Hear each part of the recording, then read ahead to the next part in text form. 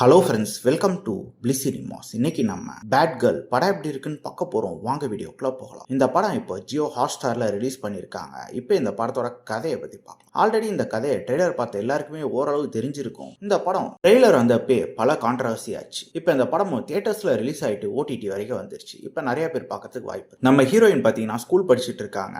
அவங்க ஒரு பிராமின் ஃபேமிலியை சேர்ந்தவங்க. அவங்க ஸ்கூல் படிக்கும்போது பார்த்தீங்கன்னா ஒரு பையனை லவ் பண்றாங்க. அதே ஸ்கூல்ல வேலை பார்க்குற அவங்க அம்மாக்கு அந்த விஷயம் தெரிய வர அவங்க இந்த பொண்ணை வேற ஸ்கூலுக்கு மாத்திடுறாங்க. அதுல கடுப்பாகிற நம்ம ஹீரோயின் பாத்தீங்கன்னா உங்க இஷ்டத்துக்குலாம் நான் வாழ முடியாது, என் இஷ்டத்துக்கு தான் வாழ்வேன் அப்படின்ட்டு ஒரு ஃபீமேல் சென்ட்ரிக்கா மாறுறாங்க.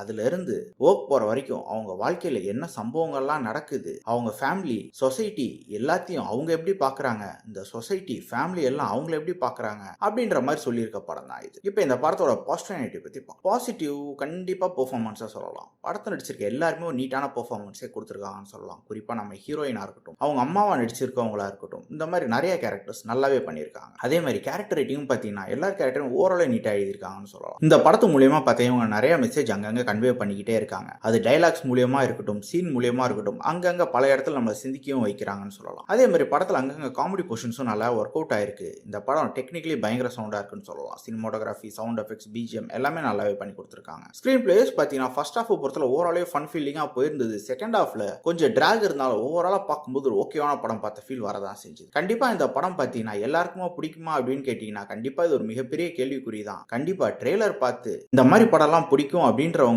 கண்டிப்பா பிடிக்கும். இல்ல இந்த மாதிரி படம்லாம் இருக்கக்கூடாது அப்படின்னு நினைக்கிறவங்களுக்கு கண்டிப்பா பிடிக்காது. ஸோ இந்த படம் உங்களுக்கு பிடிச்சிருக்கா இல்லையா அப்படின்றத கமெண்ட் செக்ஷன்ல சொல்லுங்க. இன்னொரு வீடியோல சந்திக்கலாம். தேங்க்யூ.